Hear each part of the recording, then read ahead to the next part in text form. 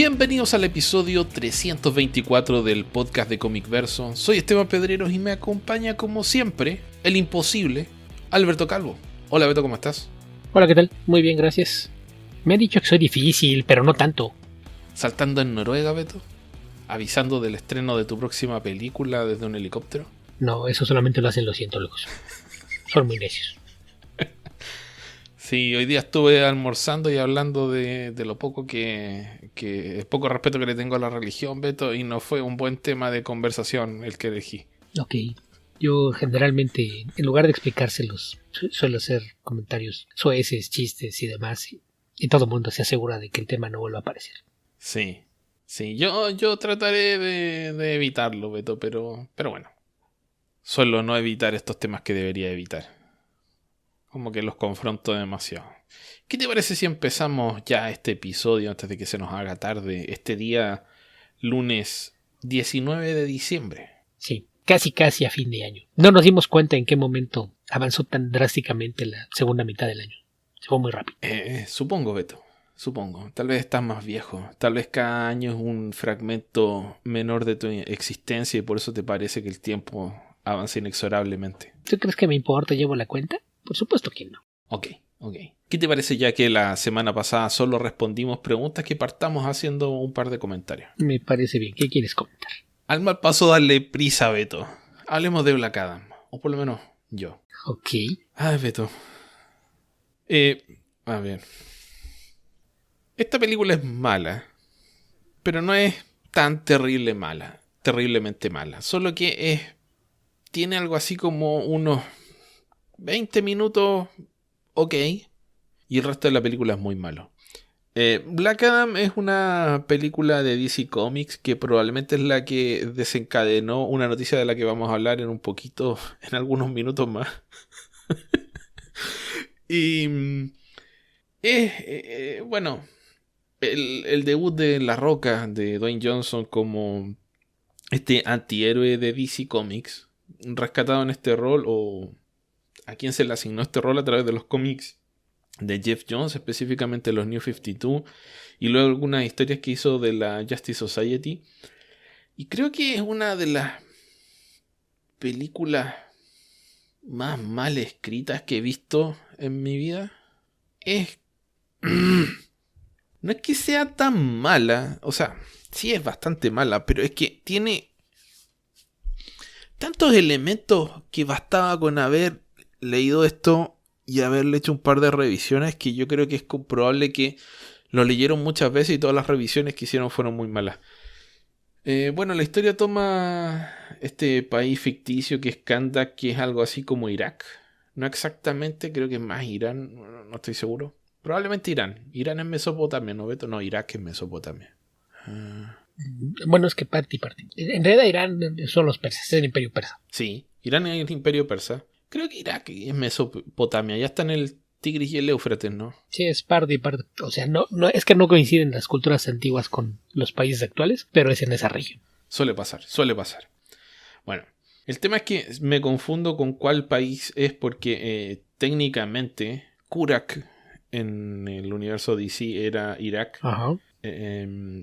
Yalya suele ser Libia. Y Kandak es un invento posterior y probablemente sea algo así como entre Afganistán, Irak e Irán, una cosa así bajo la percepción estadounidense. Y bueno, partimos con una larga exposición donde encontramos una historia respecto de un monarca de la época de 2600 años antes de Cristo que desea transformarse en el ser más poderoso y conquistar el mundo, bla bla bla bla. Y es Sabak, que es un personaje bastante menor dentro de los mitos de tanto del Capitán Marvel como de DC, pero que ha tenido algunas apariciones por ahí. Entonces, tenemos un par de apariciones de unos personajes. No estoy 100% seguro, Beto, pero diría que reemplazando estos demonios que conforman a Sabak, aparecen Lord Satanus y Lady Blaze, que son unos personajes creados para Superman por allá por los años 90 por el super equipo del Gran Carlini. y crean para bueno, le entregan los poderes a una corona para este monarca, y esta corona él está a punto, la tiene que construir de un metal especial que se llama Eternium. Eternium es un mineral que no conozco, no sé. Me da la impresión de que es el Ninth Metal o el End Metal, pero no estoy 100% seguro ni la película se encarga de aclararlo. Así que en ese momento en el que va a utilizar la corona, aparece Ted Adam, que es la Roca. Tienen una confrontación final y no se sabe qué pasa, pero el tema es que nunca llega a usar la corona y Ted Adam desaparece. Pasan 4600 años, estamos en el presente, y todos estos mitos antiquísimos que por algún motivo están súper presentes en la cultura de Kandak, motivan a la gente que está bajo el dominio de Intergang. Que a propósito hay un agradecimiento a Jack Kirby y el Cuarto Mundo, y esta es la única mención del Cuarto Mundo de Jack Kirby, que los malos se llaman Intergang. Que expliquen qué es Intergang, qué tiene que ver con Darkseid. No aparece Mannheim, nada de todo, pero es Intergang la banda.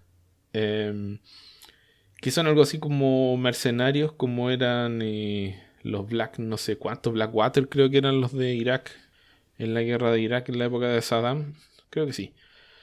Entonces ellos están buscando estos artefactos de poder que desconocen bien si son malignos o no, pero necesitan estos artefactos de poder con la idea de deshacerse de esta cultura o de esta invasión opresora.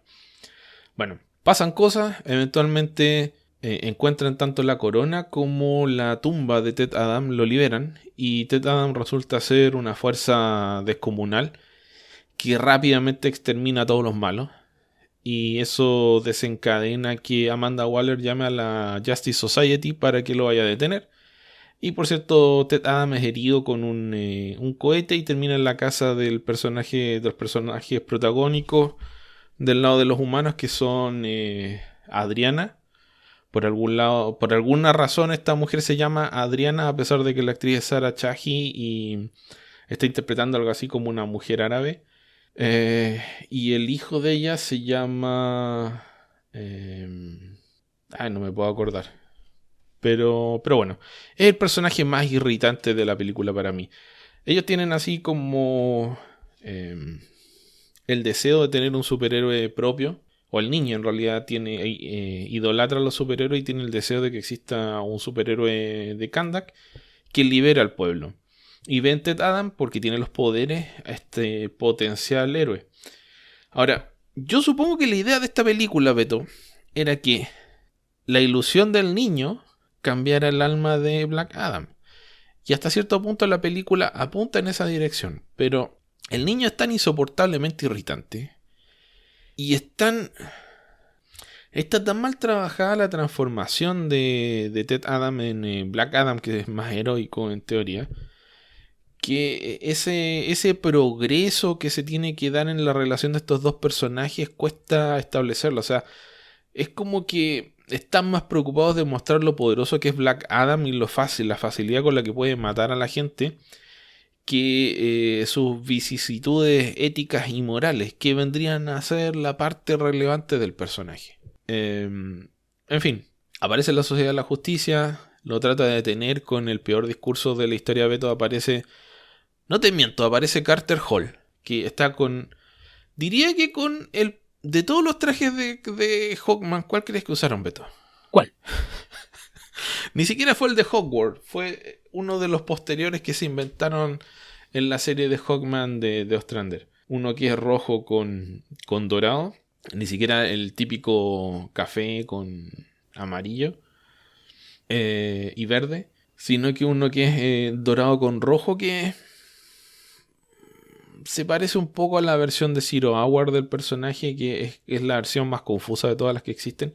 En fin, aparece Carter Hall y le dice: venimos a negociar tu rendición inmediata.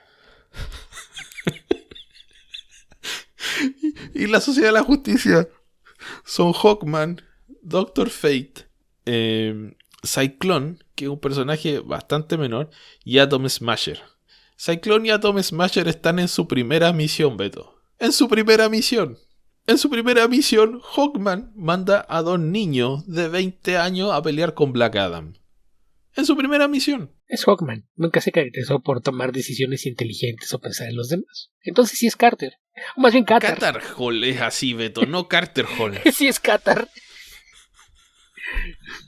Pero que Qatar Hall lo habría mandado por delante y lo hubiese usado de escudo humano.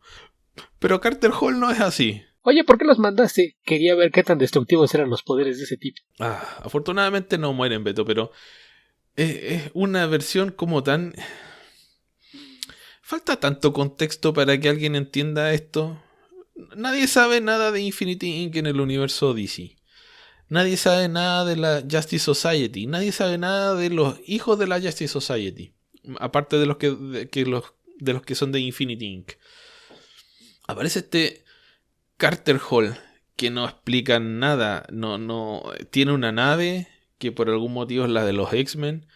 Doctor Fate, que tiene la gracia de ser Pierce Brosnan. Y sería... y estos otros dos personajes, tú dices, la Justice Society son 4. ¿Y por qué los manda Amanda Waller? Yo supongo que hay gente que no se cuestiona eso. Dice, bueno, Amanda Waller les da órdenes. Pero ¿por qué?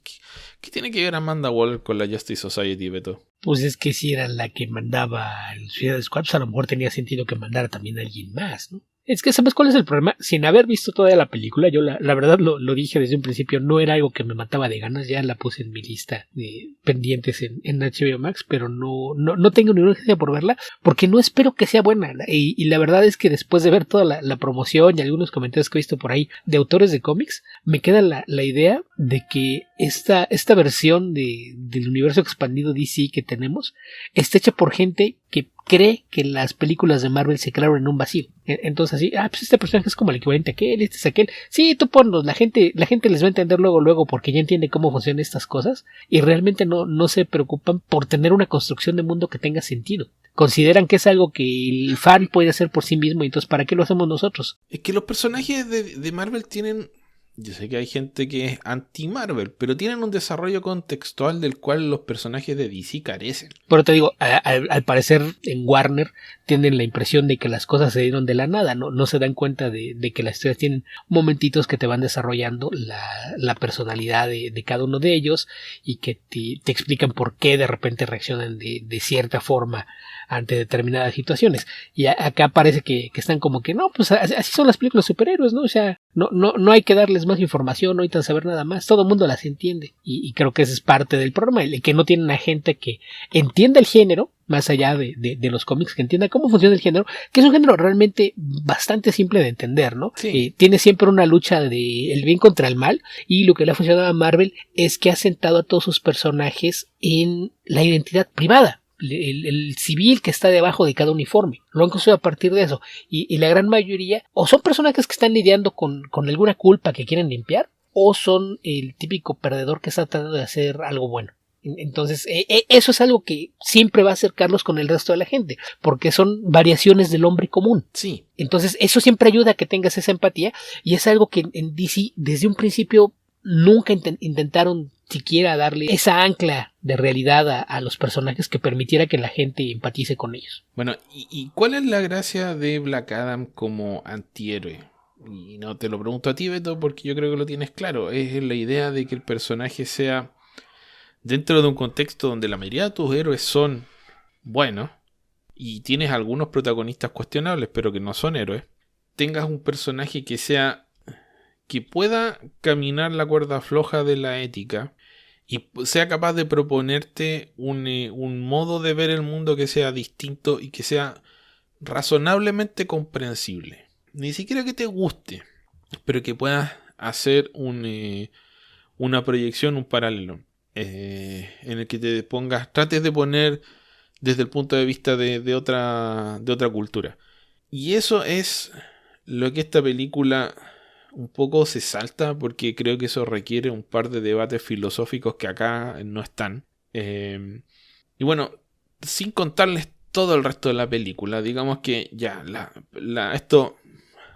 mitad de la película se tiene un pequeño clímax, que es esta batalla de Black Adam contra la Justice Society. Y Beto, lo que más me molestó de esta pelea, aparte de estos jóvenes que van en su primera misión a pelear contra un tipo que los puede matar porque sí, es ver a Carter Hall agarrándose a coscachos con Black Adam, ver a Hawkman agarrándose a coscachos con Black Adam. Beto, ¿en qué cómic de superhéroes Hawkman es capaz de agarrarse a coscachos con Black Adam? No sé si has leído alguno de esos tú. Y nunca me los he encontrado. Aquí sí podríamos aplicar un gesto así de señora. ¿Qué? Ni Jeff Jones se atrevió a tanto. Porque, a ver, para el que no tenga idea nada de Hawkman. Hawkman es un personaje que tiene poderes bastante variables, pero son mayormente un poco más fuerte que un ser humano. Es un tipo que se supone que debería ser algo así como la fuerza de 4 o 5 personas probablemente. Y vuela. Bueno, al menos no te fuiste por la descripción más simplista, que me divierte mucho. Conan con alas. No, el facho volador. Sí, pero es que se es Qatar, Beto. Pues sí, siendo Hawkman. Y durante mucho tiempo fue la versión más popular. Yo, mal que bien, crecí con Qatar. Carter lo conocí después. Sí, pero aquí en realidad el Qatar facho es el Qatar de los 80. Porque el Qatar de los 70 era facho, pero no era tan extremadamente facho como el que se presentaba en los 80, principalmente en la liga de Giffen y de Mateis, con objeto cómico, con la idea de contar chistes. Es que el de los 70 era de esos casos en los que es involuntario. Al tratar de hacer esta versión de que es que ese es un tipo, es un policía, es intransigente y demás, al momento de escribirlo no se habían dado cuenta de que estaban escribiendo el prototipo de un policía fascista. Sí. Y ya cuando lo entendieron, empezaron a jugar mucho con ella y fue cuando se salió la posibilidad de Qatar. Eso fue lo que cambió entre la interpretación setentera y ochentera. Eso es principalmente Giffen y de Mateis. Sí. Porque el Qatar de Len Wein, de Jerry Conway, etcétera, era Hawkman, no era así. No tenían conciencia de que podían estar haciendo una apología del fascismo con el personaje. Por eso digo, es involuntario, que ya lo hemos visto. Porque tampoco Thanagar de los 70 era el Thanagar de Hawkworm. Por eso digo, alguien después lo vio y ya así en retrospectiva y pensando, mira, ¿te das cuenta de lo que funciona este mundo? Claro. Se podían hacer cosas interesantes con ello y ahí fue cuando surge esa versión de Howard, fue justamente pensar en, pues nos dejaron todo esto puesto ahí, esto sirve para hacer una historia un poquito más madura con el personaje. Ahora, para mi gusto, el diseño de Hawkman de Joe Kubert de los 60 es uno de los mejores diseños de personaje que hay. Muy simple, pero muy efectivo. Muy efectivo, muy bien hecho. Muy imponente, visualmente atractivo. Un personaje que no necesitan explicártelo. Sí. Entonces, bueno, saliendo de ese hoyo en el que me metí. La película, bueno, después transita por otros temas. Aparece el villano principal, que resulta ser Sabbath, que ya lo mencioné. La Sociedad de la Justicia con Black Adam terminan haciendo un team up y después ya viene el tema de la resolución del problema. Aparece efectivamente Henry Cavill como Superman, spoilers, o no dan spoilers, que va a ser lamentablemente la última aparición del personaje y que creo que está bastante bien. Pero sumando y restando, creo que esta película tiene demasiada exposición que no es útil, tiene chistes que suenan como rayando el pizarrón. Sé que hay gente que le molesta mucho el humor de Marvel, pero yo creo que generalmente el humor de Marvel funciona. Puede que no te guste, pero funciona. En el caso de DC se siente, o de esta película mejor dicho, se siente muy mal utilizado, muy forzado. Hay unas motos que viajan con unas motos voladoras, Beto. No sé, creo que la tecnología en el universo Marvel es más tiene más coherencia dentro de sus desarrollos, de sus apariciones en distintos contextos. Creo que es más razonablemente pareja, aunque por supuesto que hay cosas que son absolutamente fantásticas. Acá es como que el universo DC no ha mostrado motos voladoras que pueden pegar saltos de velocidad de cientos o miles de kilómetros por hora de una vez. Y de repente apareció esto en un país que se supone que es tercermundista del Medio Oriente. Y dije, tampoco me quedó claro que andaba haciendo interganga ya. porque nunca explican para qué sirve el Eternium. Entonces, o sea, más allá de crear la corona de Sabbac, pero a efectos del mundo moderno, ¿por qué a Intergang le interesa estar en Kahndaq? Supongo que esto lo querían explicar en una segunda película o en otra película, pero no creo que el universo DC esté en condiciones de andar apostando por ese tipo de cosas, esos desarrollos posteriores. Convendría más desarrollar ese tipo de ideas de manera más precisa. El personaje del niño me irrita mucho porque es un joven de unos 12, 14 años que tiene una cultura muy occidental, anda en patineta, qué sé yo. Lo que no es tan raro porque la influencia del universo, o sea, de Estados Unidos en el resto del mundo es muy fuerte. Pero una vez que aparece este tipo que es Black Adam, que tira unos rayos de los dedos y a la gente la transforma en carbón. Jamás se le pasa por la mente que es peligroso andar cerca de Black Adam, o molestarlo, o perseguirlo, o arriesgarse de manera irracional en el medio de soldados con armas que por algún motivo nunca le disparan. Entonces, esa personalidad súper extrovertida y como inconsciente del riesgo que en algunos niños se da, o sea, el tema de la falta de entender las consecuencias vitales de, por ejemplo, atravesar la calle con luz roja. Acá están demasiado exagerados. El contexto es tan fantástico que me resulta demasiado imposible que un niño se desenvuelva de una manera tan natural y con tan poca aversión al riesgo. Entonces siento yo, está muy forzada la mecánica entre los personajes. Y Black Adam nunca llega a tener un desarrollo emocional de lo que sea como para que uno diga, logre entender por qué toma esta decisión y la otra. En definitiva, sí, o sea, se cuenta un poco de la historia del personaje, qué es lo que le pasó, qué es lo que lo motiva, bla, bla, bla, pero requiere una capacidad actoral que Dwayne Johnson no tiene y requiere un guión que no existe.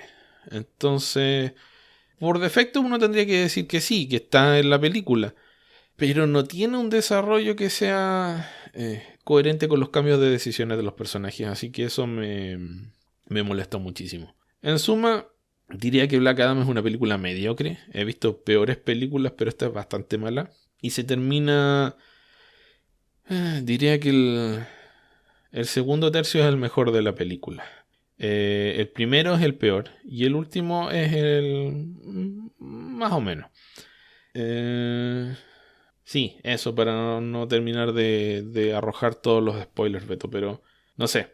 No te la recomiendo, derechamente creo que la vas a odiar, pero tal vez haya gente por ahí que la disfrute, tal vez algunos viudos de Snyder les guste, pero creo yo que por falta de un contexto, de un espejo donde mirar el desarrollo de esta historia, tener personajes que sean el opuesto, realmente lo opuesto de esto, no brilla, porque no existe el contraste.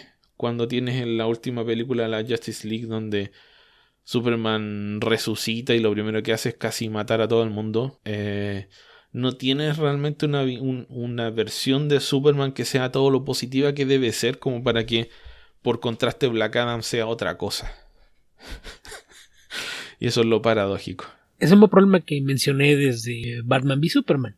¿Cómo quieres hacer el contraste entre luz y sombra, entre un vigilante y un héroe, cuando no te preocupas primero por establecer al héroe? Cuando todo mundo ubica quién es el vigilante, porque es el que está vigente y tienes montones de películas, y decides que la gente va a asumir que son opuestos.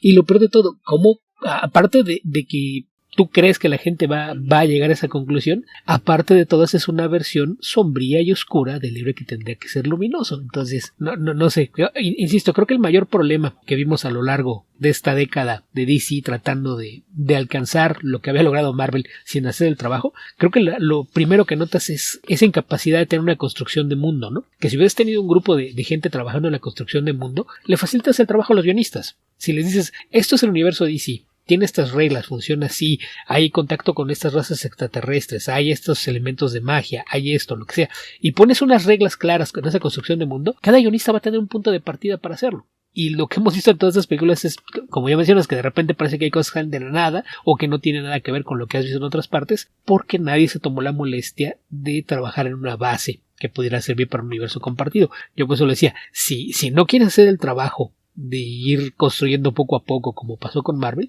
tu otra opción es hacer películas independientes, completamente independientes una de otra, que cada una cuente su historia y se maneje en su propio mundo. Y si te las arreglas para encontrar pistas que te indiquen que algunas de ellas son parte de un mismo universo, a lo mejor puedes ir construyendo sobre eso, pero la forma en la que lo hicieron fue improvisada y eso generalmente termina mal. Y en el caso particular de Black Adam, creo que uno de los graves problemas es que desde un principio esa película nació como un capricho de La Roca. La Roca quería ser un héroe, pero quería ser un héroe cool, no unos que anden bajando gatitos de los árboles. Él quería ser alguien que fuera un badass, pero fuera un héroe. Y se puso a averiguar y fue lo más cercano que encontró. Pero el problema es que si a un antihéroe no lo construyes como tal y no le creas un arco de redención, o no explicas qué es lo que lo lleva a tratar de hacer el bien aun si sus métodos no son los correctos, nunca va a funcionar. Porque ese es el atractivo de un antihéroe. Y creo que ese es un tema pues es importante, que volvemos a lo mismo.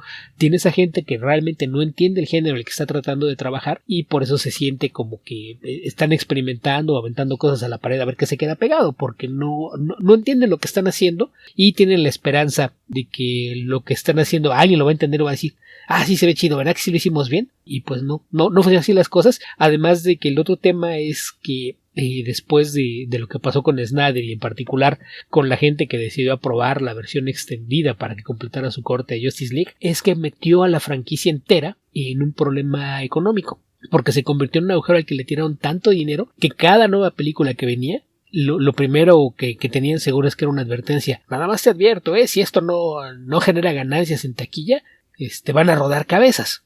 Entonces en ese sentido podemos decir que Shazam la libró porque le fue moderadamente bien, y Aquaman fue un éxito inesperado porque ahí sí, pese a que tampoco hicieron del todo bien las cosas y una película imperfecta, supieron escribir la película para explotar el carisma de su protagonista, que es la otra forma que tienes de abordar estos proyectos. Entonces yo creo que ahí el tema es ese, ¿no? Que ya había una presión que probablemente no tenía que ver directamente con esta película, sino que ya venía construida por el contexto en el que se dio, y pues lo del cameo, pues ya lo que pasó, que vamos a comentar en un ratito con esta noticia que otra vez volvió a dividir opiniones en redes sociales, pues es una consecuencia lógica de todo lo que sucedió, ¿no? Yo creo que pues a partir de ahora vamos a ver una forma bastante más mesurada de trabajar en la construcción de la versión fílmica de DC, pero creo que pusieron a dos personas que tienen una mayor noción, uno, de qué se trata el género, y dos, de cómo funciona la idea de construir un universo compartido. Creo que ahí la mezcla de personalidades y perfiles de las dos personas que pusieron a cargo puede hacer que por fin lo hagan de la forma correcta, y yo creo que vamos a tener el primer vistazo de lo que van a hacer a futuro y cuando llegue Bluey de las pantallas, porque yo creo que es una película en la que se tuvo como consultor no oficial a James Gunn y es una producción de Peter Safran. Entonces yo creo que ahí vamos a tener un vistazo de la versión que le van a dar, que de entrada es probablemente la primera vez que se lanzan sobre un personaje nuevo de una minoría, y que además va a ser un enfoque aparentemente bastante más optimista, que es la parte que no entiendes cómo querían hacer superhéroes y querían hacerlos todos oscuros y edgy. Sí, ahora, yo no tengo nada contra ese tipo de historia, solo digo que el universo DC no tiene suficiente luz como para lanzar oscuridad, que es lo que dijo Beto hace un rato, y es lo que, si van atrás en el tiempo, cuando comentamos Batman v Superman lo dijimos los dos. No hay suficientes elementos positivos para que los ambiguos destaquen como ambiguos. Cuando todo es ambiguo, nada llama la atención. Es uno más de los personajes. Y Black Adam tendría que estar dentro de un contexto luminoso para destacarse como algo oscuro o sombrío. Y no es lo que ha logrado desarrollar DC. Sí, ¿cómo lo quieres vender como un antihéroe cuando no has logrado presentar un héroe todavía? Así es. Lo más cercano es Wonder Woman, pero todos vimos Wonder Woman 84 y ahí Wonder Woman hace muchas cosas muy malas. Y ahí derribó algunos de los pilares que había construido con la primera película. Sí. ¿Cómo deshacer tu primera exitosa película en un paso? Ok, ¿cuál es tu plan para esto? ¿Has visto cómo camina la Pantera Rosa? Sí, así. pasito para adelante, pasito para atrás. Ok, Beto. Ya terminé de comentar Black Adam y no quiero seguirla comentando. ¿Qué te parece si pasamos a responder algunas preguntas? Me parece bien. En Twitter no hay nada, no sé cómo andamos en YouTube. En Discord hay como una docena. Don Ricardo Pérez nos dejó algunas preguntas, Beto. Ok. Deja ordenarlas por fecha. ¿Por qué YouTube me dice que tengo 4 comentarios y solo puedo ver 3? Eso lo hacen muy a menudo. Y eso nunca he entendido si a veces algunos se eliminan y te deja todavía el aviso como de que hubo, o si a veces te cuenta como comentario alguna dirección de dedito arriba, dedito abajo, no sé, pero generalmente no coincide el conteo de comentarios a los que están. Ok. No me preguntes por qué. Quizás es pronto para preguntar, pero ¿qué les ha parecido el periodo de editor en jefe de Marvel de C.B. Cebulski? Yo creo que es muy pronto para comentar, Beto.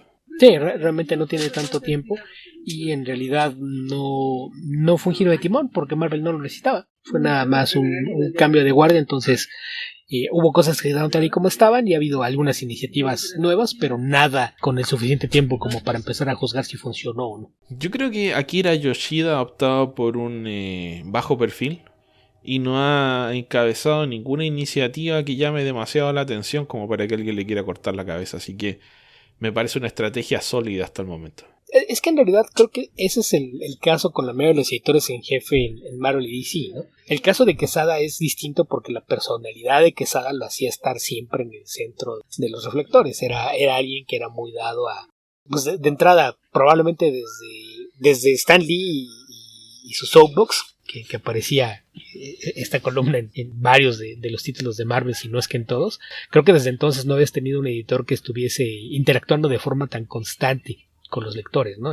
Y ahí ese es el tema.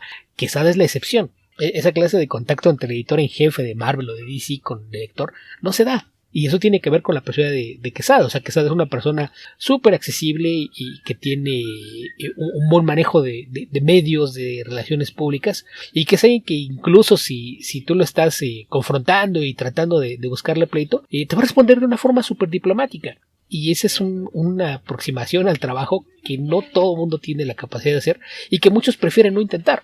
Y yo creo que hacen bien. Sí, probablemente, porque además hay que tener cierto carisma para que eso te funcione bien. Exactamente. Y en el caso de Cebulski, pues había que recordar que todo este tema de cuando se hizo pasar por un escritor japonés volvió a aparecer en encabezados y demás muy poco después de su nombramiento. Entonces, en esa circunstancia, pues si de por sí probablemente iba a mantener un perfil bajo, eso fue lo que te iba a convencer de no pienso salir a hablar a menos que sea absolutamente necesario. Sí, por eso hablo de Akira Yoshida.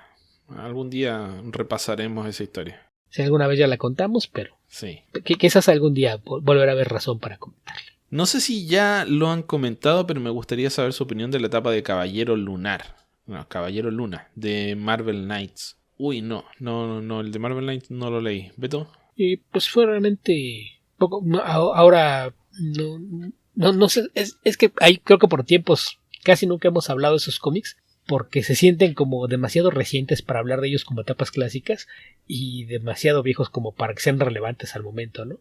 Entonces ni siquiera con el aniversario de Marvel Knights hubo razón para retomar un comentario. Pero pues habría que recordar que esa iniciativa fue ahora sí que la audición de Quesada para convertirse en editor en jefe de Marvel y fue mostrar que había algunos personajes con los que se pueden hacer cosas que los separaran del resto. Entonces en ese sentido se fueron mucho por los héroes urbanos, por vigilantes y demás, y me parece que fue una buena decisión porque fue un poquito como lo que hicieron en los 70, ¿no?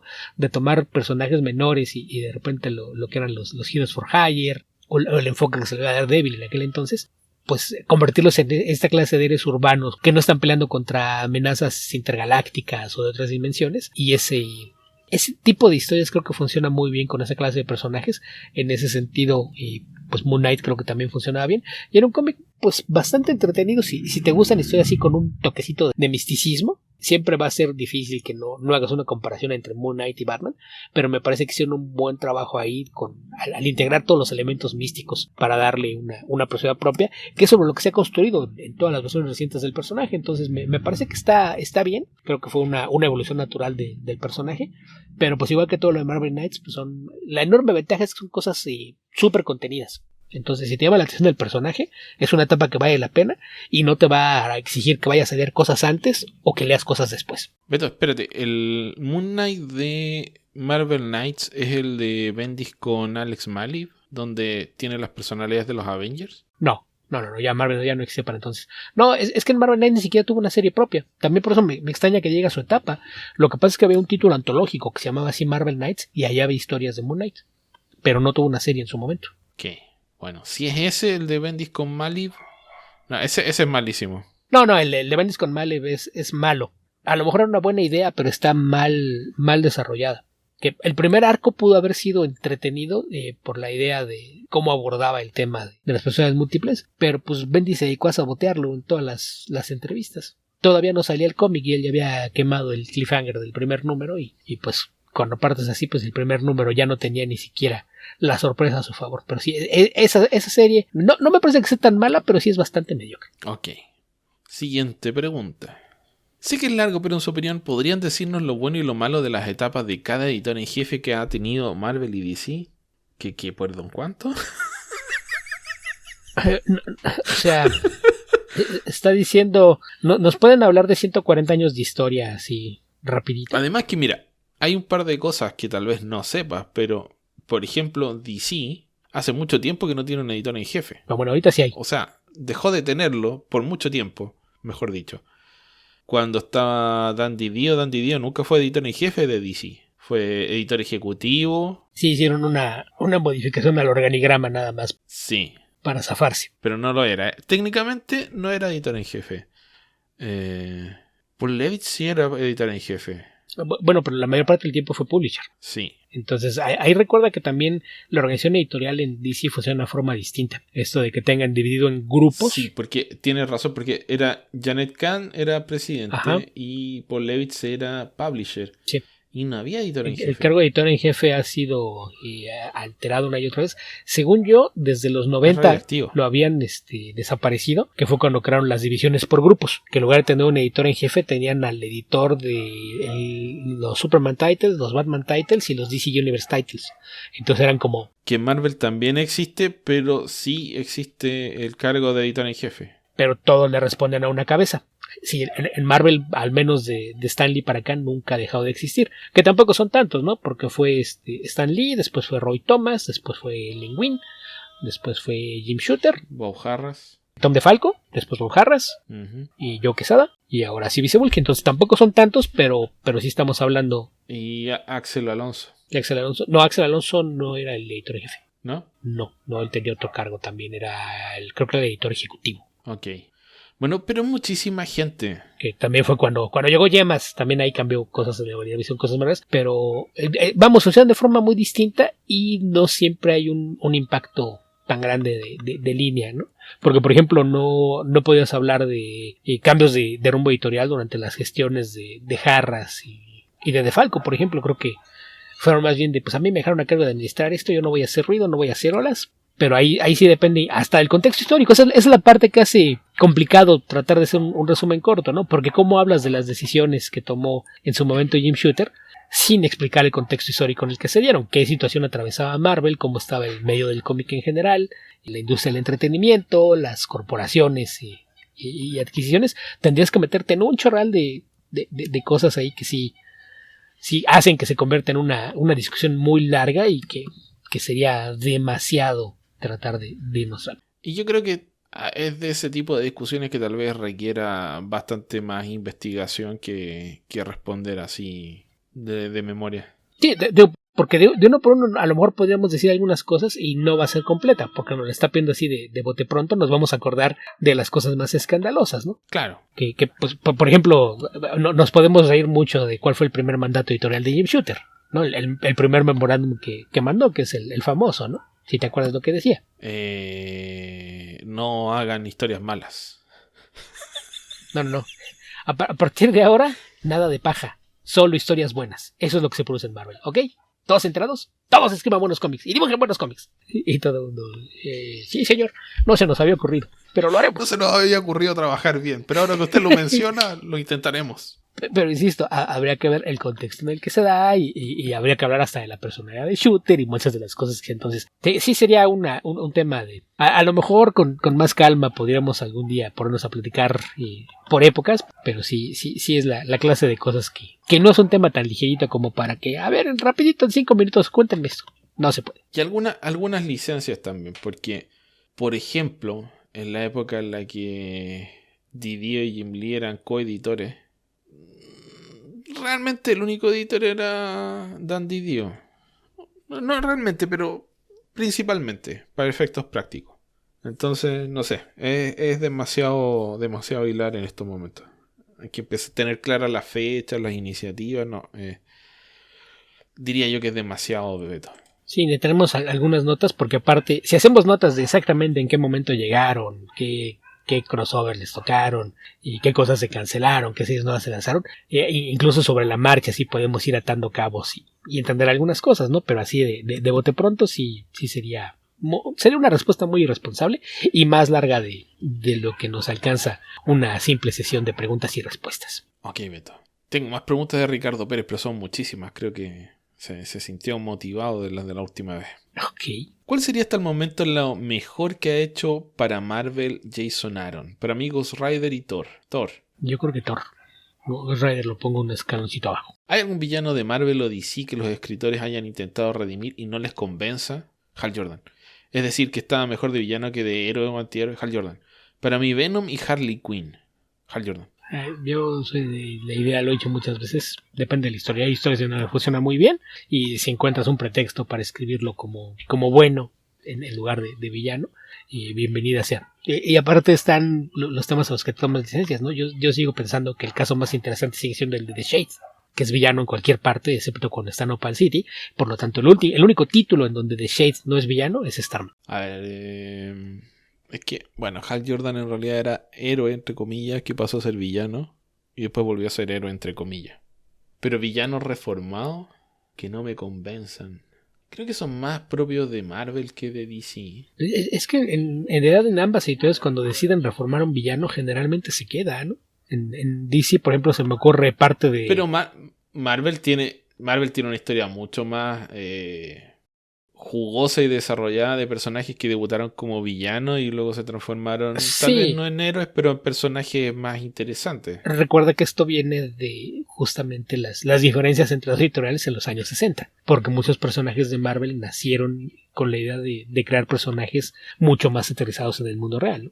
Que ese es el tema. La razón por la que Marvel creció tanto en popularidad era porque le hacían honor al eslogan que decía Stan Lee, ¿no? Lo que estamos haciendo, estamos reflejando un mundo que se parece al que ves afuera de tu ventana. Y eso empezaba con los personajes. El que tuvieras a un Peter Parker preocupado por pagar la renta permitió que tuvieras villanos en las mismas circunstancias, ¿no? El caso, por ejemplo, de Sandman, por ejemplo, yo creo que es el más obvio. Era una figura trágica que era villano porque las circunstancias le habían orillado a no tener otra forma de ganarse la vida. Después tiene su accidente, adquiere poderes y a lo largo de los años pues en muchas historias pues te mostraba, ¿no? Que él siempre lo que estaba buscando era ganar dinero y una forma de mantener a su familia, mantener y cuidar de su familia y que a pesar de eso pues él trataba de no hacerle daño a nadie, ¿no? Voy a robar un banco pero no voy a lastimar a nadie y no me interesa hacer cosas por el estilo y es lo que terminó por convertirlo en uno de estos intentos de pues vamos a redimirlo y vamos a convertirlo, incluso en algún momento fue parte del Six Pack, ¿no? Este equipo de mercenarios que manejaba Silver Sable,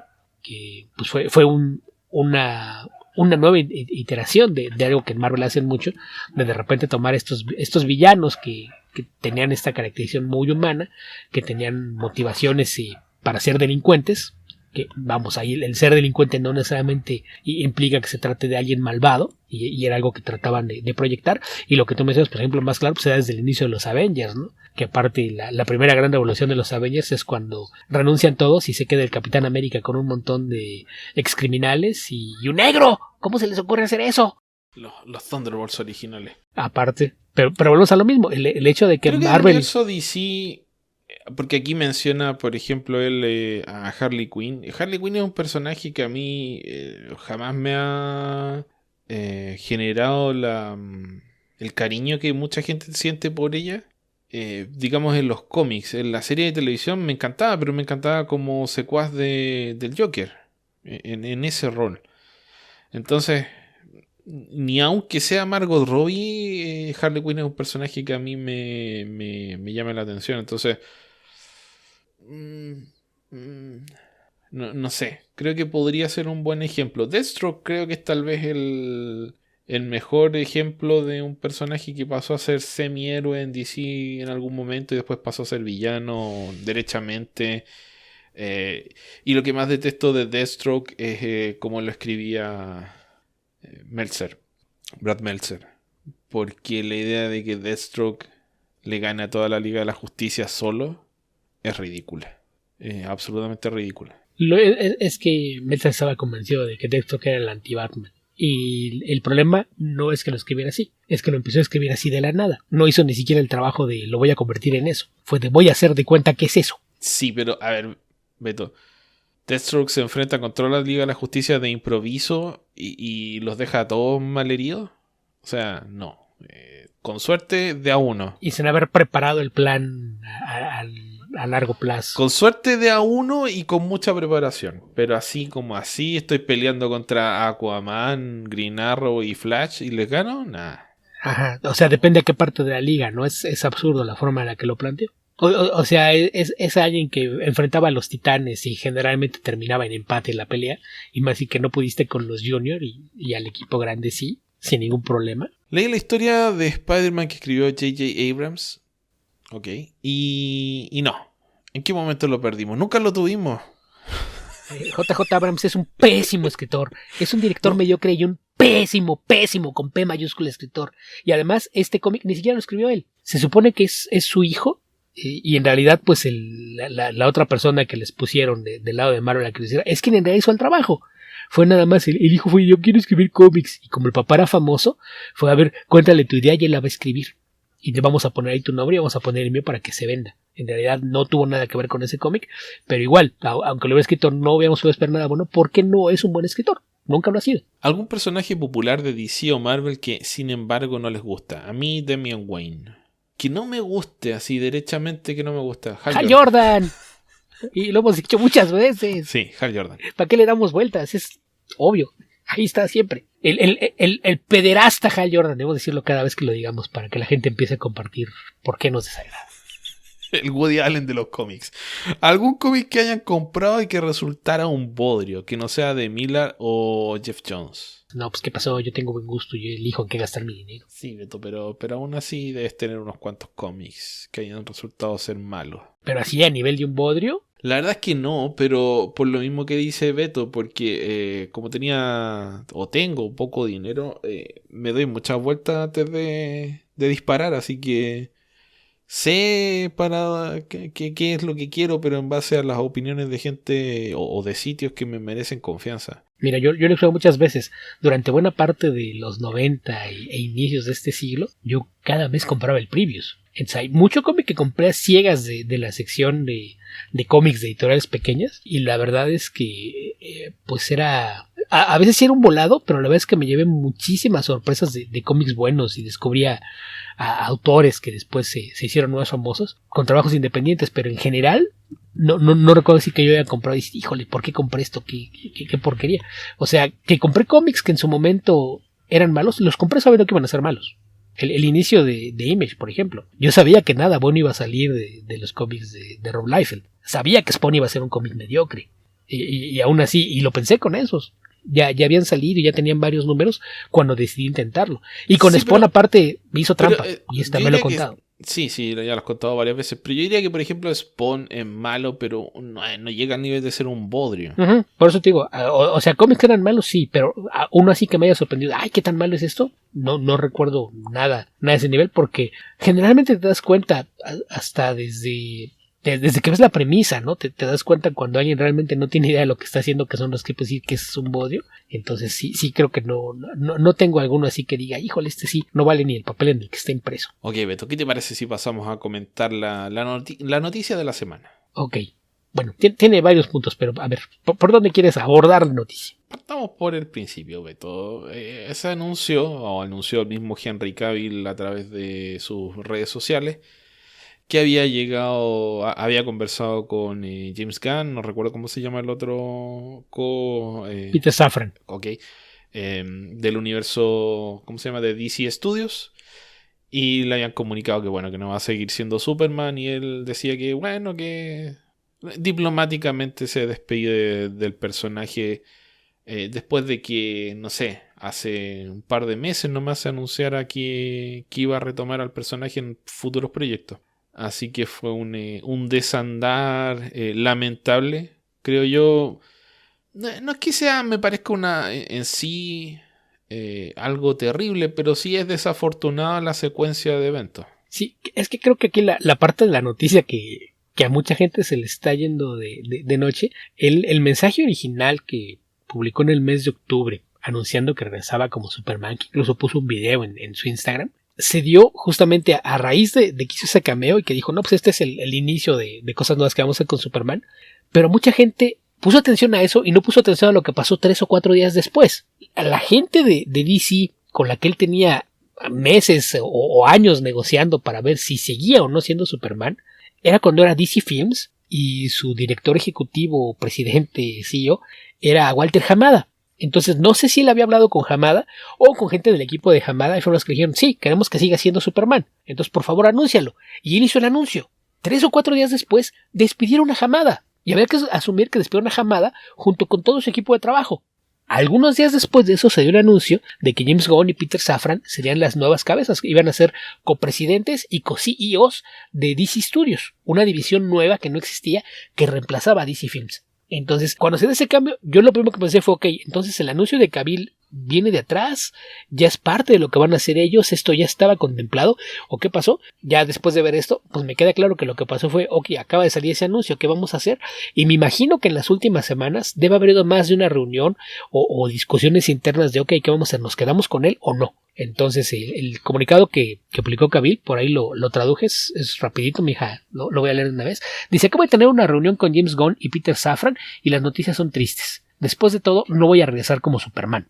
Luego de que el estudio me pidiera en octubre pasado que anunciara mi regreso, esta no es una noticia fácil, pero así es la vida. El cambio de guardia es algo que sucede y lo respeto. James y Peter tienen un universo por construir.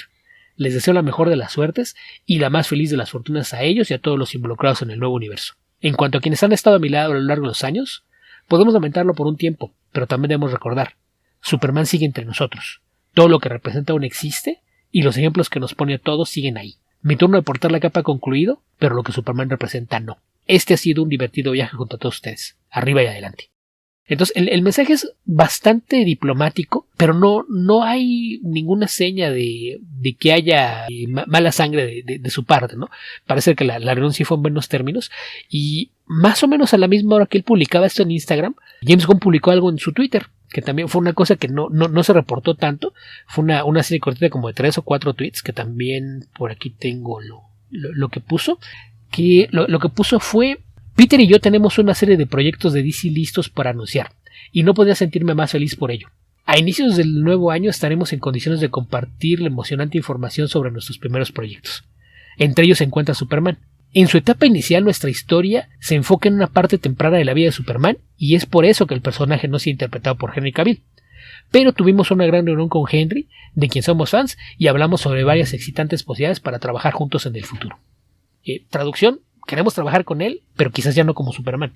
Entonces, muy probablemente lo van a cambiar de rol, que es algo que ya se planteó que van a hacer con otros. El rumor más fuerte de lo que está en posible trabajo, dicen que Aquaman 2 será el cierre de esa franquicia y que después de eso, 2 o 3 años después, vamos a ver a Jason Momoa como Lobo, que me parece que sí es un casting que entiendes, y que la personalidad y el carisma de Momoa te dan para hacer un gran Lobo. Entonces, en ese sentido no me molesta mucho. Pero aquí, aparte, cuando Gon publicó esto, le hicieron algunas preguntas y contestó algunas de ellas. Entonces, por ejemplo, algunas de ellas creo que son importantes, porque le dicen, ok, entonces van a empezar de nuevo y va a ser un Superman más joven. Por favor, dinos que no es una historia de origen. Y dice, demonios, por supuesto que no. ¿Quién creen que soy? ¿Un monstruo? Es decir, no va a contar el origen de Superman, no vamos a ver la explosión de Krypton ni nada por el estilo. Nada más se va a enfocar en un Superman más joven. ¿Cómo lo van a hacer? No sabemos. Otra cosa que salió en esas respuestas: él está escribiendo el guión. todavía no sabe quién es el director de la película. Y hace tiempo, dijo también. Ajá, dice, ya tengo algún tiempo escribiendo el guión. Todavía no sabemos quién la va a dirigir. Le dicen, ¿alguna posibilidad de que dirija Ben Affleck? Probablemente la pregunta era como diciéndole de que Ben Affleck dirija la película de Superman, que no me parece quien haya hecho esa pregunta no ha visto las películas dirigidas por Ben Affleck. No creo que Ben Affleck sea un director como para Superman, pero lo que dijo fue, nos hemos reunido con él y existe un interés mutuo por trabajar juntos. Nada más es cosa de encontrar el proyecto adecuado para que eso se dé. Entonces eventualmente Affleck va a dirigir algo para DC. Pero lo que queda claro con esto fue que ellos ya tenían un plan. De repente dijeron, oye, Cavill dijo, ¿qué hacemos? Lo han de haber discutido, a ver si había una forma de meterlo, de hacer algo con él antes de darle corte, y decidieron que no.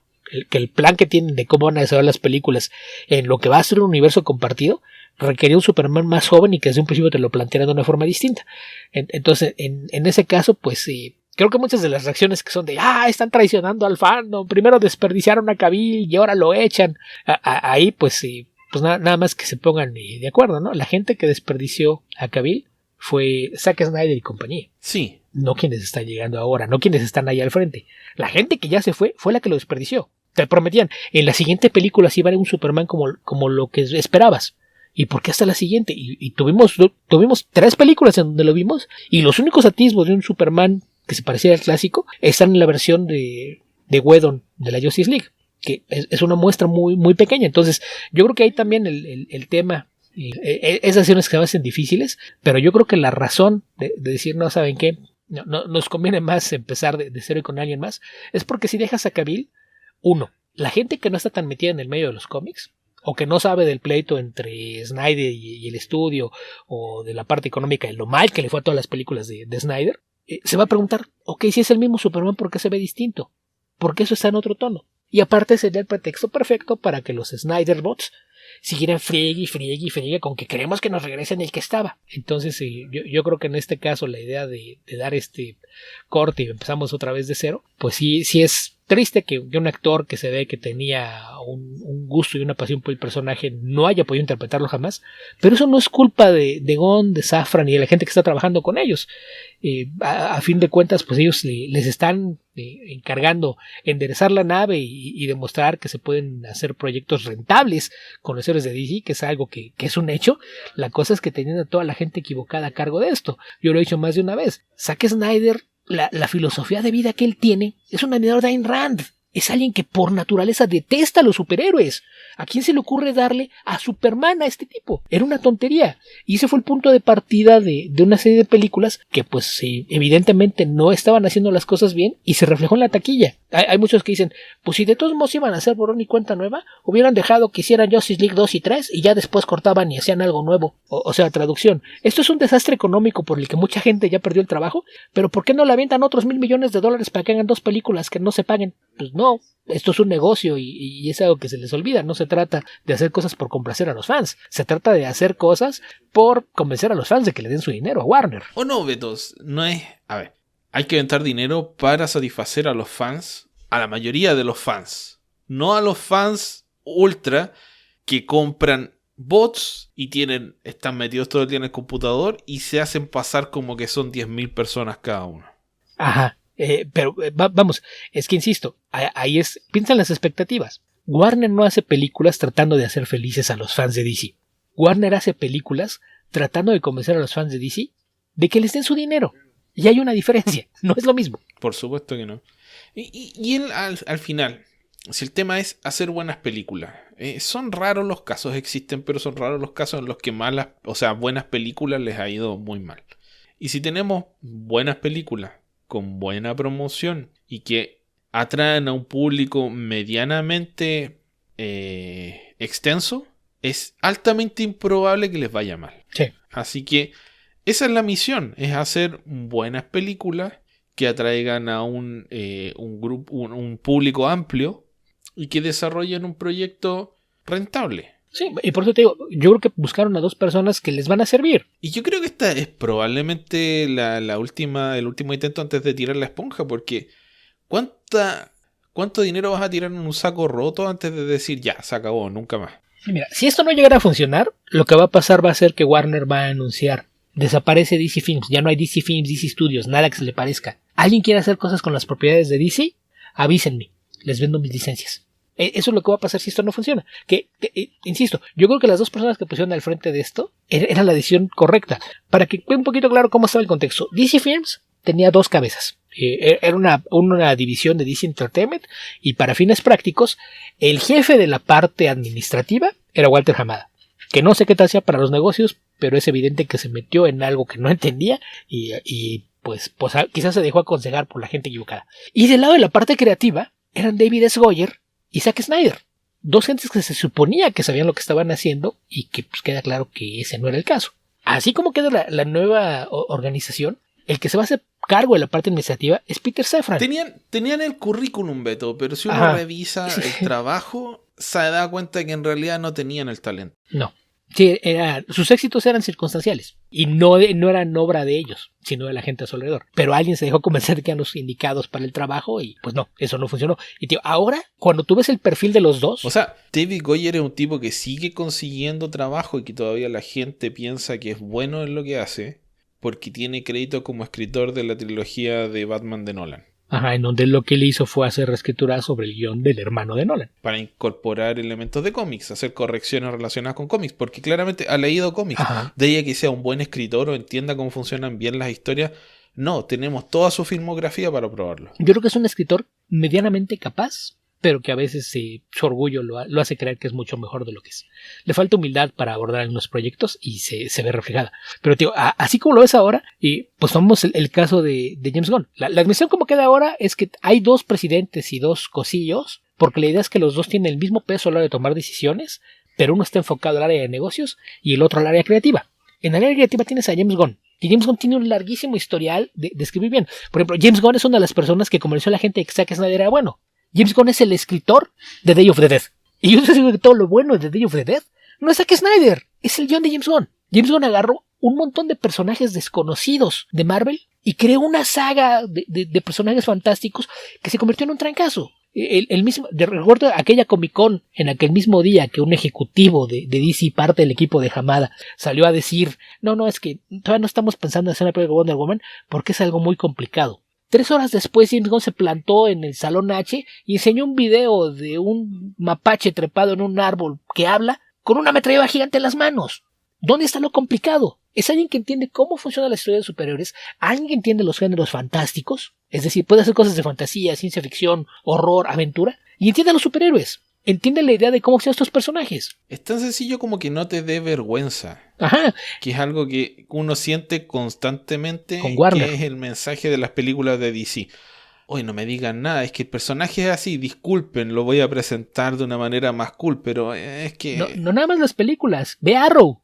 Te da vergüenza que tuvieras uno que se llamaba Flecha Verde, porque se viste de verde y les daba pena. Entonces, sí era ahí un tema de ¿cómo vas a hacer algo? Lo vamos a hacer verde, pero un verde que es casi negro, para que sea verde si alguien nos dice algo, pero parezca negro si alguien nos dice algo porque es verde. Exactamente. Y en cambio ve las entrevistas con cualquier persona que esté trabajando en un proyecto de Marvel y empiezan a hablar de tonterías y se ríen. Y en el caso de Warner es algo bien raro. Por eso me dio mucha risa cuando Pattinson sacó lo del Condiment King. Fue la primera vez que vi que alguien en un proyecto de Warner estaba haciendo esa clase de bromas. Alguien que se tomó la molestia de leer unos cómics y decir, oye, esto es una estupidez, pero está bien divertido. Y creo que en ese caso, James Gunn es la persona idónea para esto. Y en el caso de Peter Safran tiene un historial bien extraño. Es un abogado, salió... No recuerdo si es un abogado emergido de Yale o de Harvard o de alguna escuela así, pero salió así... De la Ivy League. Alguien de la Ivy League salió con su título de abogado, se convirtió en un abogado corporativo a finales de los 80s. Fue parte de muchos estudios de representación que trabajaban representando a marcas del entretenimiento. En los años 90 lo contrataron para que fuera el representante de una agencia de representación de actores y directores.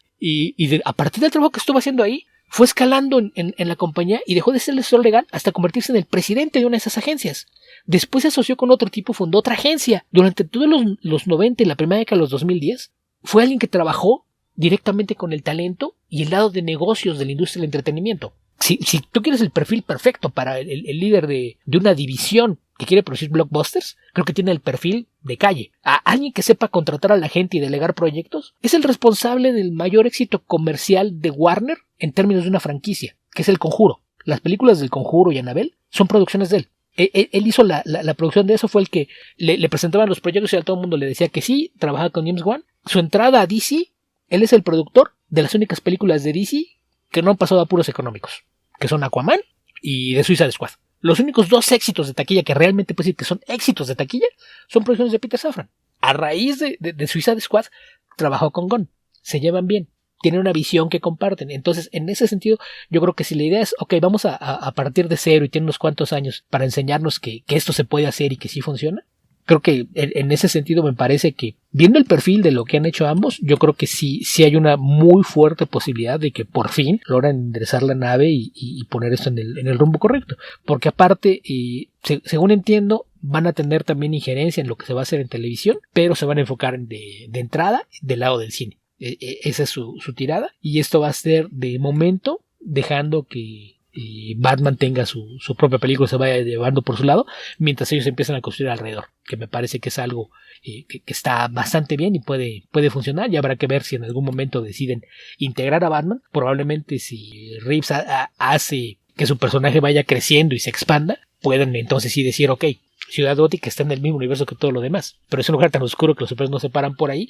y ya a lo mejor encuentras una forma de integrarlo. Pero por el perfil de ambos y el historial de los proyectos en los que han trabajado, yo creo que hay muy buenas posibilidades de que ambos lo logren.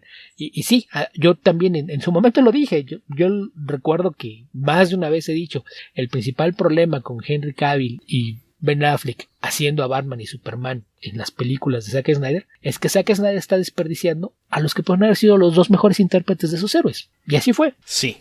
Beto, creo que te quería hacer solo una acotación.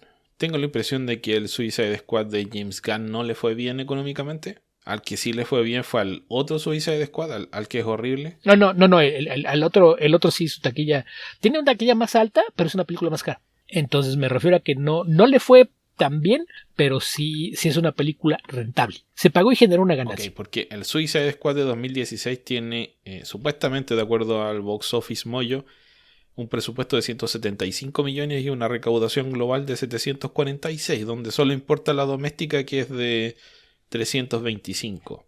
Y el otro tiene, presupuesto supuestamente de 185 millones y recaudó en Estados Unidos 55 millones y afuera 112 para un total de 168. Ahora, eran tiempos de pandemia y se estrenó casi inmediatamente en HBO Max. De hecho, en Estados Unidos fue simultáneo. Así que acá nos llegó como al mes y medio. Está en unas circunstancias en las cuales la película obligatoriamente iba a fracasar. Así que no es tan comparable. Sí, no, pero a lo que me refiero con el crédito que tenía, esto es para que le arda a los Snyder Bros. Tiene más vistas en HBO Max que el corte extra largo y descolorido de Justice League. Obviamente. Es una película entretenida que uno no la sufre en lo absoluto. La otra película dura 4 horas. Le dieron 70 millones para hacer eso. Y esa fue la razón por la que rodaron cabezas. O sea, si su película no perdió, pero apenas si se pagó, ¿por qué le aventaron más dinero? No es como si esta película nos fuera a generar miles o millones de suscripciones a la plataforma. No lo hizo. No, y la gente que abogó por eso fue la que estaba diciendo, pero es que mira la actividad que tenemos en redes sociales, tenemos millones de personas que nos piden esto. Sí. No. Nada más que tus bots no tienen cuentas. Entonces sí, tu bot puede hacer muchas menciones en Twitter, pero no va a pagar una suscripción al servicio ni va a ver la película las veces suficientes como para inflar los números, del mismo modo que amplificas tus vistas en redes sociales. Esa es la enorme diferencia. En el mundo de los negocios hay quien lleva esas cuentas y se dan cuenta de que no funciona igual. Entonces, ese es el tema. O sea, sí tenía el crédito de decir, aparte tiene hay otra cosa que Suicide Squad tiene que ningún otro proyecto de DC Films tiene. Sí. Crítica positiva. Entonces, estamos hablando de un estudio que sabe que uno de sus grandes problemas es que no tienen con qué hacer relaciones públicas de forma positiva porque su material no ha estado a la altura. Y en ese caso de Suicide Squad es una de las pocas películas que, aparte de que tiene un fandom sólido, a lo mejor bastante más reducido que el de la otra versión, tiene un fandom sólido y que es de los de correr la voz y recomendar la película, y tiene el respeto a la crítica. Que creo que esa es la parte que también es algo que a Warner le urge, porque no solo es de que no entra dinero, sino que nadie habla bien de lo que estás haciendo. Y el otro tema para la gente que le gusta destruir o sea, no es que destruir la crítica, porque no es que lo puedas hacer, es desoír a la crítica o menospreciar a la crítica.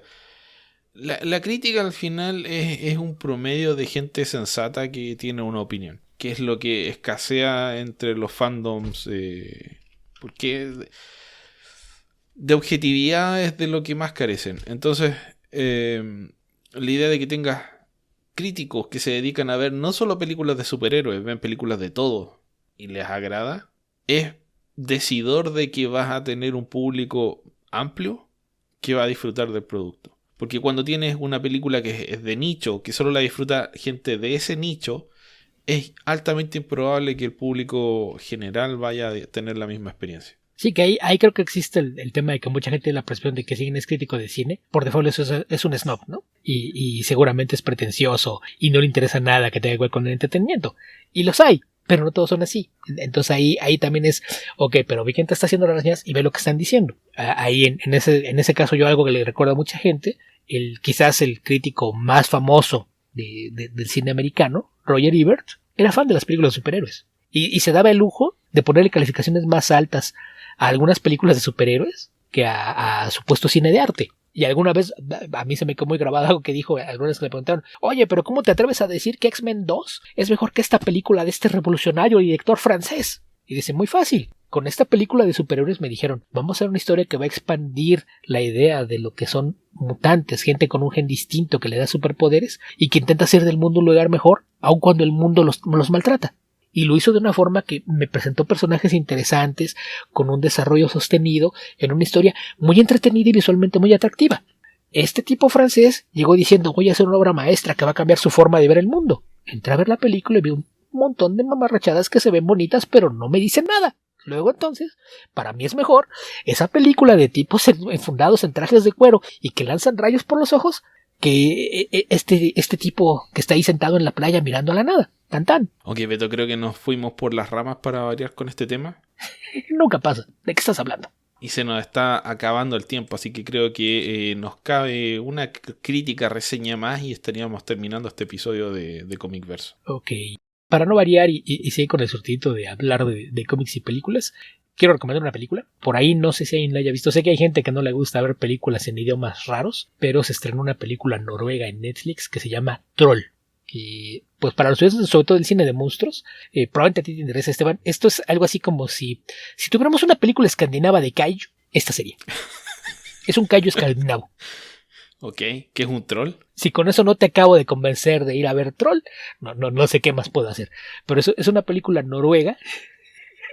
Pero es que no puedes decir kaiju solamente y esperar que vaya a ver una película porque dijiste kaiju. ¿Estás seguro? No del todo, pero mayormente. Que voy a tratar de defender mi dignidad de esa forma. Por lo menos con la afirmación, aunque sea falsa. Ok.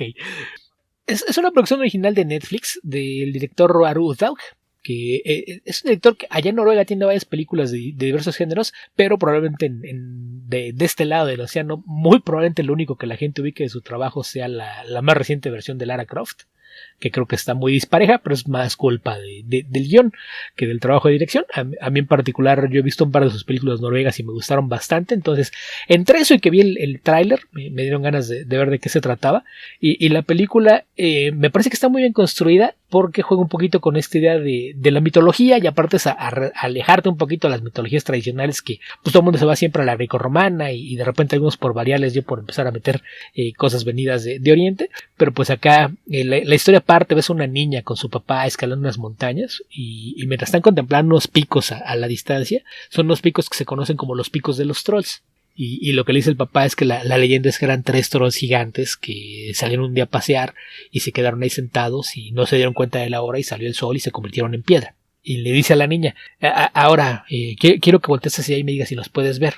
Y la niña voltea y dice, pero para verlos tienes que creer en eso. Entonces tú vas a pedir que lo veas, pero no con los ojos. Entonces ves como la niña cierra los ojos, empieza así a poner cara de concentración, vuelve a abrir los ojos y se imagina las caras de los trolls en la montaña. Voltea a ver a su papá con cara sorprendida y se empieza a reír. Después te ponen 15 años después Y resulta que la chica se convierte en paleontóloga y la vez que está escarbando en una playa, por cierto, por ahí hay una aparición que si parpadeas no lo ves de Billy Campbell, está haciendo excavación en la playa. ¿Hace de asesino en serie, Beto? No, para nada, Okay. es parte del equipo de paleontólogos que está trabajando ahí en la playa.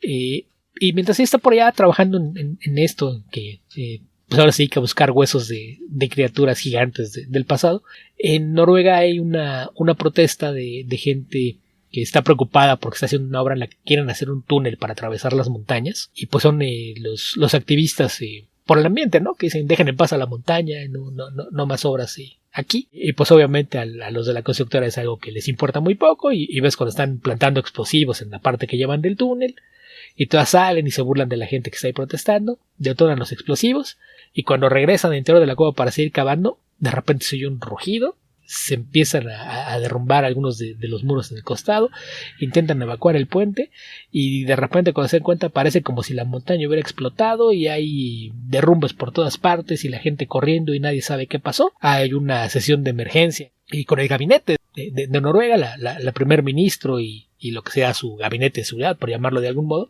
están tratando de recabar información sobre qué fue lo que pasó en la montaña, porque creen que fue un accidente con la obra y que como se dio en medio de las protestas que había, pues puede convertirse en un problema más grande.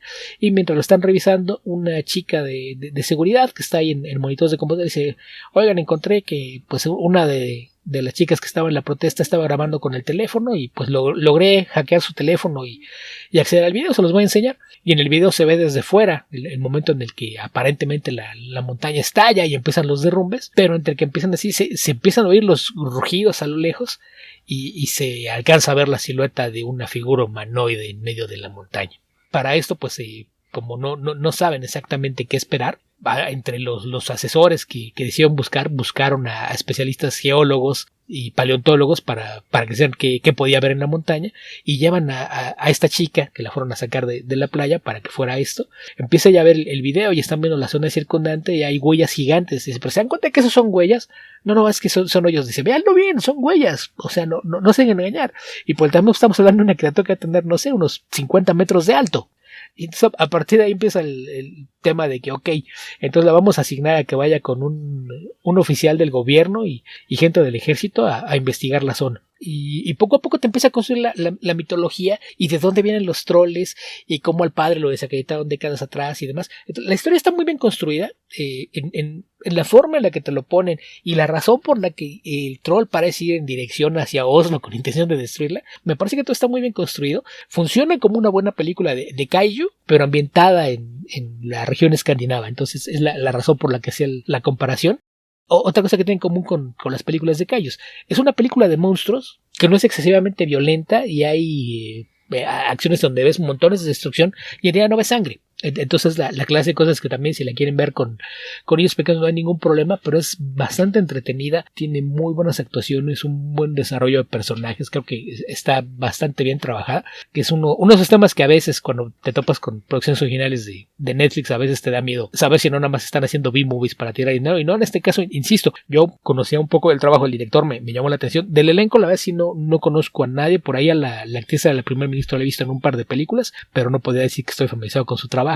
Insisto, el único rostro conocido es Billy Campbell y si sale 3 minutos en pantalla es demasiado, pero si pueden echarle un ojo, aparte de esos casos cada vez más raros de una película de menos de 2 horas. Entonces si les gustan las películas de monstruos gigantes o los kaiju específicamente, sí les recomiendo que le echen un vistazo a esta película noruega. Se llama así, Troll, a secas, sin apellido, sin nada, y así en el peor de los casos la veo como un compañero ideal para la de Troll Hunter de hace unos 15 años, que también era muy bueno. Ok. Suena extraño, Beto. En algún momento, por lo alambicado de cómo se plantea la historia que estabas mencionando, me recordó Dante's Peak, que es demasiado pseudocientífica al comienzo y por eso pierde contra Volcano, que era la película con la que compitió en ese verano. No, porque de inmediato le dan la vuelta a eso, ¿eh? Hay un par de escenas muy divertidas en la reunión del Congreso, porque la chica esta parte tiene una personalidad bastante curiosa, de inmediato de que te cae bien, porque se empieza a burlar de algunas de las otras teorías que están postulando ahí, que son los científicos más serios, ¿no? Los que no creen que haya una criatura gigante. Sí, ¿qué tenemos ahí? ¿A pie grande? ¿Un yeti? O a lo mejor es Godzilla. Creo que alguien dice: ¿qué nos está diciendo? ¿Que aquí vive King Kong? Todo el mundo se burla con dice: eso es una criatura gigante. Entonces ahí desde muy temprano se encarga de ok, no vamos a darle un enfoque científico. Esto es una película de monstruos, hecha y derecha, como se deben hacer. Ok. Suena extraño, Beto. No sé si me anime. ¿Dijiste que está en Netflix? Está en Netflix y dura... Ah, excelente. No tengo Netflix, así que no la puedo ver. Dura poco más de hora y media. Entonces es una buena opción. Sobre todo si gustan las películas de monstruos, creo que sí, vale bastante la pena. Ok. Qué lástima que no la voy a poder ver, Beto. No sueno muy sincero, ¿cierto? Para nada. Bueno, esa era la idea. Tú te lo pierdes. Ya llegará el día en que después digas, la vi, porque nadie me dijo de esto. Pero me pierdo tantas cosas, Beto. Me pierdo tantas cosas. No es mucha la diferencia. Sí, ya no es raro. Mira, de hecho, acabo de checar en Wikipedia cómo pusieron las categorías, que está abajo, y aparece como películas hechas en Noruega, películas de monstruos gigantes, películas de kaiju. O sea que no soy el único que lo pensó. Ok, está bien. Pero es que cuando pasa a ser muy humanoide, no sé si ya sigue siendo kaiju, Beto. No, para nada. Y por ahí, cuando te cuentan la historia de por qué quiere ir a Oslo, también es de las que dices, híjole, esto amerita una secuela y una precuela. ¿Cuándo? Ok, excelente. Ok, Beto, creo que nos queda tiempo para una pregunta más. Okay, no sé si preguntas, por ahí en nuestro Discord alguien compartió en la sección general una noticia, que no sé si lo viste, pero la verdad es que no me sorprende. Ah, sí, lo vi, pero muy a la pasada. Que Aftershock se declaró en bancarrota. Lástima, ¿eh? Que ahí sí, lástima, pero esto trae un poquito de cola de días atrás. Christopher Cantwell, ese escritor de televisión que he leído bastante bien escribiendo cómics, publicó un hilo de tweets la semana pasada quejándose de que al parecer había un problema con Aftershock y muchos creativos, porque al parecer él tiene una serie de cómic que está congelada, porque la escribieron, se dibujaron 2 números, y como no le habían pagado a los dibujantes, dígase dibujante, entintador, colorista y rotulista, aparentemente el único miembro del equipo al que se le pagó fue a Cantwell.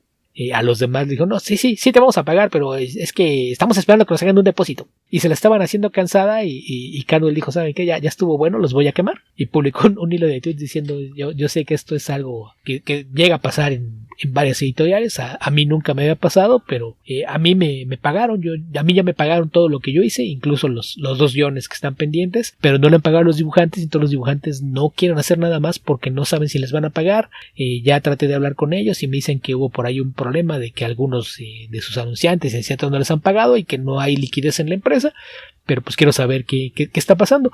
Entonces esto provocó que muchos profesionales empezaran a retuitear y hablar de casos similares y de muchas editoriales que hacen esto, de que generalmente encargan un trabajo y nada más le pagan completo a la persona más famosa del equipo. Por ahí Kurt Busiek también mencionó casos en los que le llegó a pasar en algunas editoriales y algunos otros artistas que dicen, generalmente agarran al más famoso y es al que le dan dinero diciendo, si tenemos contento a los demás no van a hacer ruido. Y al parecer pues ese ya no es el caso. Entonces ahora se declaran en bancarrota después de que en un intento de hacer relaciones públicas habían publicado también ellos un comunicado el jueves o viernes en el que decían que iban a cumplir con todos los contratos contraídos, pero que tenían un problema de liquidez, pero que conforme fuese entrando dinero a la compañía iban a ir pagando los adeudos que tenían con los equipos creativos y asegurando que no se trataba de tratar de dejar a nadie sin su respectivo pago. Entonces esto derivó también en una discusión con varios autores que dicen que al parecer el problema con muchas de estas editoriales es que son editoriales que nacieron sin una capitalización adecuada porque surgieron como parte de este boom de pues todo el mundo está comprando historias de cómic para llevar al cine. Entonces mencionaban que había por ahí al menos una docena de editoriales pequeñas que nacieron con la intención de pues mira, aquí están los contratos y no te vamos a pagar así, pero cuando esto se adapte para hacer una serie de televisión, una película, nos toca un porcentaje.